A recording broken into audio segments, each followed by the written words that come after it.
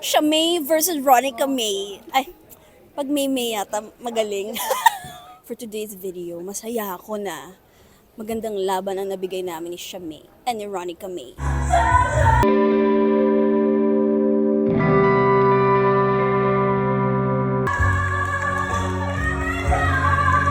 Sobrang kinakabahan po ako kasi ang galing po ni Ate Ronica.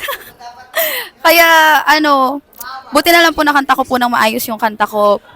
And sana po, kung sino man po yung pala rin sa amin, sana mabigay po namin yung best namin sa mga susunod na laban.